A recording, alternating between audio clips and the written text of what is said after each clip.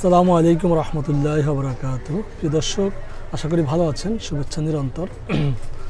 আলোচনা করব বাংলাদেশের বিমান ভাড়া নিয়ে। এই বিষয়টা আসলে গত 4-5 মাস যাবৎ খুবই যন্ত্রণার কারণ হয়ে দাঁড়িয়েছে। আপনারা জানেন যে এই গত 3-4 মাসে বিমান ভাড়া বাংলাদেশে যেই পরিমাণ বেড়েছে, এটা পাশাপাশি অন্য অন্য দেশের তুলনায় 3 গুণ 4 গুণ 5 গুণের সমানও বেড়েছে। এবং কি এটা বাড়ার জন্য নানান কারণ আছে। এই কারণ খোঁজার জন্য আমরা বেশ কিছু সাইডে মোটামুটি বেশ কিছু পর্যবেক্ষণ শুরু করলাম আর কি। এই পর্যবেক্ষণে আমরা বেশ কিছু তথ্য পেয়েছি, সেই বিষয়গুলো আপনাদেরকে শেয়ার করব। প্রথমত আমরা একটা আলোচনা দেখে আসি, চলুন। ঢাকা থেকে রিয়াদের ভাড়া জানুয়ারি মাসে এয়ার আরাবিয়াতে 1,46,000 টাকা, ফেব্রুয়ারিতে 83,000 টাকা, মার্চ মাসে 77,000 টাকা, 76,949, এপ্রিল মাসে 69,000 টাকা। দেখেন, কলকাতা আর ঢাকা থেকে দূরত্ব মাত্র 30 মিনিটের ফ্লাইটে, তাদের ওইখান থেকে ভাড়া আমাদের তুলনায় প্রায় 5 গুণ এখন কম, প্রায় 4 থেকে 5 গুণ দাম কম। তাহলে এই যে ব্যবধানটা, এই যে বৈষম্যটা, এর কারণটা কি? আমরা কিছু কারণ এখানে খুঁজে পেয়েছি, আমরা আপনাদেরকে উল্লেখ করতে চাই।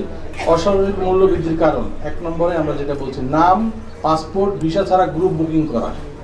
বিভিন্ন এজেন্সি চাহিদা না থাকা সত্ত্বেও যাত্রীদের কোনো প্রকার পাসপোর্ট, ভিসা, ভ্রমণ নথিপত্র এবং প্রবাসগামী শ্রমিকদের কোনো প্রকার বৈদেশিক ওয়ার্ক পারমিট, এমনকি যাত্রী তালিকা ছাড়াই শুধুমাত্র ইমেলের মাধ্যমে কতিপয় এয়ারলাইন্সের বিভিন্ন রুটের গ্রুপ টিকিট বুকিং 2-3 মাস অগ্রিম তারিখের পিএনআর করা হয়। পিএনআর বলতে আমরা যেটা বুঝি প্যাসেঞ্জার নেম রেকর্ড। এই পিএনআর করে সিট বুকিং করা হয়, কিন্তু এই পিএনআর গুলোতে প্যাসেঞ্জার নেম রেকর্ড বলা হচ্ছে পিএনআর, কিন্তু এই পিএনআর এ প্যাসেঞ্জারের কোনো নাম নাই, কোন যাত্রী যাচ্ছে তার কোনো হদিস নাই, এখানে পাসপোর্টের ডিটেলস নাই, ভিসারও কোনো খবর নাই, কিন্তু তাদের জন্য সিটগুলো নাম ছাড়া ব্লক করে রাখা হচ্ছে। বর্তমান সময়ে যদি আমরা সরকার যদি এটা খোঁজ নেয়, দেখা যাবে 50 থেকে 60,000 সিট এভাবে নাম ছাড়া ব্লক করা আছে বিভিন্ন এয়ারলাইন্সে। দেখলেন যে দেশ টিভির একটা সংবাদ আর কি, এটা সংবাদটা অনেক আগের। এই বিষয়টা আমরা এই তথ্যপত্র সংগ্রহ করতে গিয়ে মানবজমিনের একটা সংবাদ আপনার সাথে শেয়ার করব। দেখেন, এটা হলো 3 ফেব্রুয়ারি 2025, অর্থাৎ গতকালকের সংবাদ। দেশ বিদেশে আলোচনায় উড়োজাহাজের আকাশচুম্বী ভাড়া, নৈপথ্যে মিলল যেসব কারণ। আমরা বিস্তারিতগুলো দেখব। নানান কারণে উড়োজাহাজের ভাড়া এখন আকাশচুম্বী, নাগালের বাইরে চলে গেছে।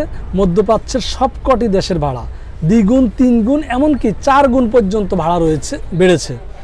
চলতি মাস থেকে শুরু করে ফেব্রুয়ারি মার্চ পর্যন্ত মধ্যপ্রাচ্যের দেশগুলোতে দেশি বিদেশি সবকটি এয়ারলাইন্সের ভাড়া বেড়েছে। ভাড়া বেড়ে যাতায়াতে মধ্যপ্রাচ্যগামী শ্রমিক, শিক্ষার্থীরা পড়েছে বিপাকে। আচ্ছা, বাজেটের বাইরে চলে যাওয়ার কারণে শ্রমিকরা এখন জমি জমা বিক্রি করে টিকিট কিনছে। অনেকেই টিকিটের টাকার ব্যবস্থা করতে গিয়ে হিমশিম খাচ্ছেন।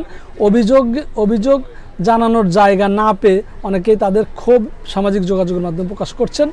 আওয়ামী লীগ সরকার আমলে বিমান ভাড়া আলোচনায় থাকলেও সরকার পরিবর্তনের পরে কোনো পরিবর্তন আসেনি, বরং দিন দিন নিয়ন্ত্রণের বাইরে চলে যাচ্ছে এই সেক্টরটি। মন্ত্রণালয়ও ভাড়া ক্রয় ক্ষমতার মধ্যে রাখার অনুরোধ জানিয়ে কোনো লাভ হয়নি।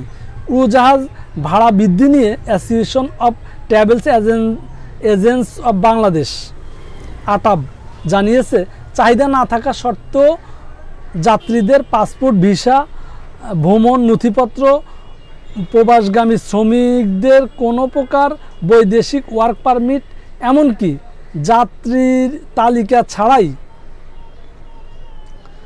শুধুমাত্র ইমেইলের মাধ্যমে এয়ারলাইন্সের বিভিন্ন রুটের গ্রুপ সিট বুক করে রাখা হচ্ছে। বর্তমানে প্রায় 60,000 টিকিট ব্লক করে রাখা হয়েছে, অথচ ব্লক টিকিটে যাত্রীর নাম উল্লেখ করা থাকে না। আচ্ছা, এজেন্সি বা যাত্রীগণ ওই ফ্লাইটের টিকিট খালি আছে কিনা তা জানার সুযোগ থাকে না। নামবিহীন গ্রুপ সিট বুকিংয়ের কারণে টিকিট মজুতদারি করা হয়, যার ফলে সিন্ডিকেট তৈরি হয়, আসন সংকট দেখা দেয়। এতে করে বিদেশগামী শ্রমিক, শিক্ষার্থী, প্রবাসীরা চরম আর্থিক ক্ষোভের মুখে পড়েন।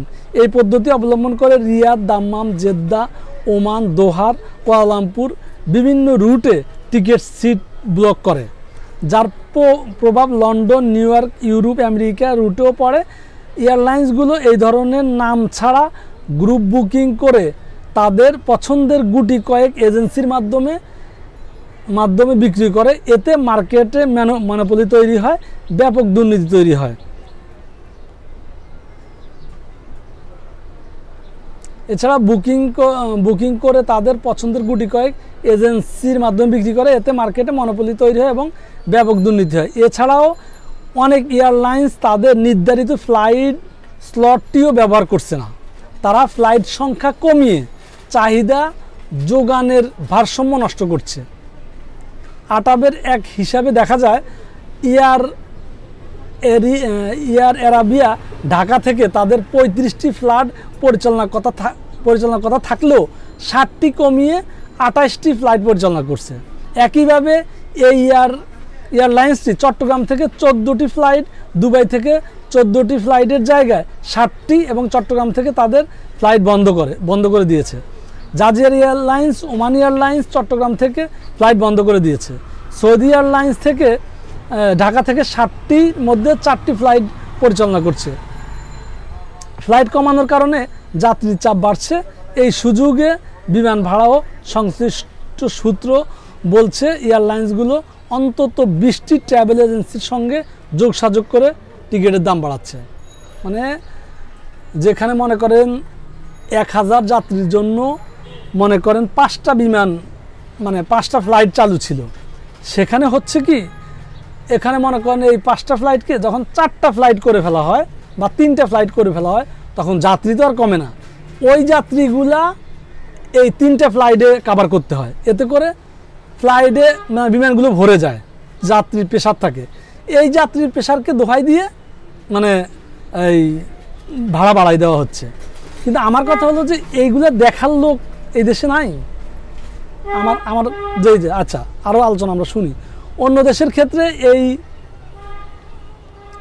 ট্রাভেল ট্যাক্স প্রায় দ্বিগুণ আছে। ট্রাভেল ট্যাক্সের একটা বিষয় আছে,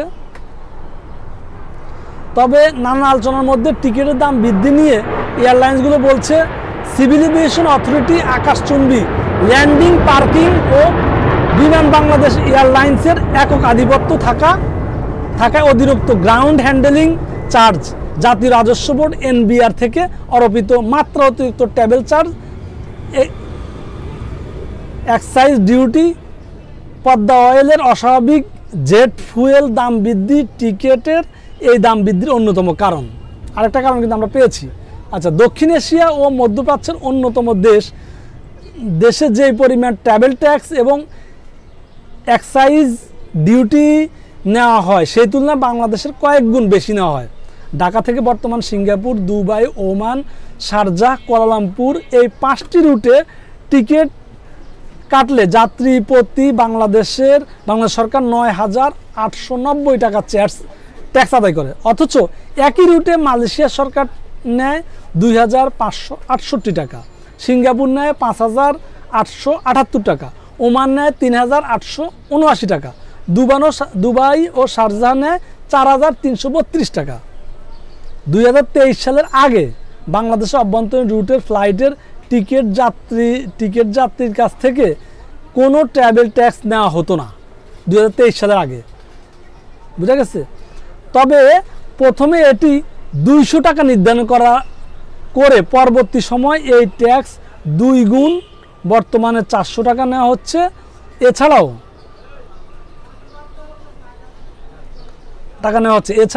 সার্কভুক্ত দেশগুলো ভ্রমণের টিকিটের সঙ্গে বর্তমানে 2000 টাকা ভ্রমণ কর নেওয়া হচ্ছে, যা আগে নেওয়া হতো 1200 টাকা। আচ্ছা, অন্য দেশের ক্ষেত্রে এই ট্রাভেল ট্যাক্স প্রায় দ্বিগুণ বাড়িয়ে 4000 টাকা নির্ধারণ করা হয়েছে, যা যাত্রীর টিকিটের দামের সঙ্গে যুক্ত হয়। 2024 সালেও একটি টিকিটের সঙ্গে 500 টাকা এক্সাইজ ডিউটি বা অবগারি শুল্ক আদায় করত এনবিআর। বর্তমানে সার্ক দেশের ক্ষেত্রে এই শুল্ক 1000 এবং এশিয়ার অন্য দেশের সাথে 2500 টাকা নেওয়া হচ্ছে। এছাড়া বর্তমানে এটি একটি টিকিটের সঙ্গে যাত্রীকে এম্বার্কেশন ফি 500 টাকা, এয়ারপোর্ট উন্নয়ন ফি $10, যাত্রী নিরাপত্তার জন্য $10, ভ্যাট $3 পরিশোধ করতে হচ্ছে। সিভিল এভিয়েশন অথরিটি অতিরিক্ত ল্যান্ডিং ও পার্কিং চার্জের প্রভাবেও বিমান টিকিটের মূল্য বৃদ্ধি প্রভাব পড়েছে বলে জানিয়েছেন এয়ারলাইন্সগুলো। কারণ ঢাকা হজরত আন্তর্জাতিক বিমানবন্দর দেশ বিদেশি এয়ারলাইন্সগুলো থেকে যে ল্যান্ডিং চার্জ আদায় করা হচ্ছে তা পৃথিবীর অন্য দেশের তুলনায় অনেক বেশি। এতে ঢাকার বিমানবন্দর ওঠানামার ব্যয় অনেক গুণ বেড়েছে। বোয়িং 737 থেকে 800 মডেলের একটি বিমান ঢাকায় অবতরণ করলে 2,22,000 টাকা চার্জ দিতে হয়। একই বিমান মালয়েশিয়া কুয়ালালামপুরে তাকে মাত্র 15,537 টাকা ল্যান্ডিং চার্জ দিতে হচ্ছে। জেট ফুয়েলের দাম বাড়ার কারণে টিকিটের দাম বেড়েছে। পদ্মা অয়েল কোম্পানি জেট ফুয়েলের দাম একচেটিয়া বাড়ায় জানুয়ারিতে। প্রতি লিটার জেট ফুয়েল কিনতে হচ্ছে $0.75, অথচ একই তেল ভারতের চেন্নাইয়ে $0.63, দুবাইয়ে $0.68, শারজায় $0.64, চীনে $0.54, কুয়ালালামপুরে $0.59, জিদ্দায় $0.57 দিয়ে কিনতে পারা যায়। তেলের দাম বাড়ার কারণে যাত্রীর প্রতি অতিরিক্ত খরচ বাড়ছে।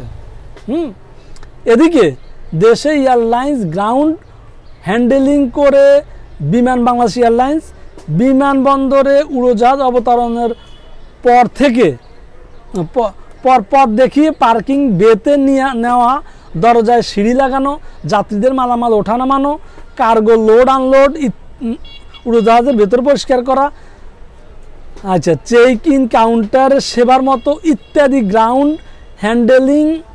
হ্যান্ডেলিংয়ের মধ্যে পড়ে। এইসব কাজের জন্য বিমানবন্দর এয়ারলাইন্স যে চার্জ নিচ্ছে বিশ্ব অনেক দেশের চেয়ে ঢাকায় এগুলো অনেক বেশি। আচ্ছা, ঢাকা আন্তর্জাতিক বিমানবন্দরে একটি বোয়িং 738 থেকে 800 মডেলের বিমানের জন্য বিমান গ্রাউন্ড হ্যান্ডেলিং চার্জ নিচ্ছে $2,500 বা 3,06,000 টাকা। অথচ মালয়েশিয়ায় পৃথিবীর অন্যতম একটি বড় বিমানবন্দর, সেখানে গ্রাউন্ড হ্যান্ডেলিং চার্জ মাত্র 3,000 রিঙ্গিত বা 97,545 টাকা। বিমান বাংলাদেশ এয়ারলাইন্স রাজস্ব আদায় করতে গিয়ে ইচ্ছে মতো গ্রাউন্ড হ্যান্ডেলিং চার্জ নির্ধারণ করেছে, যা যাত্রী টিকিটের দামের সঙ্গে সংযুক্ত হচ্ছে।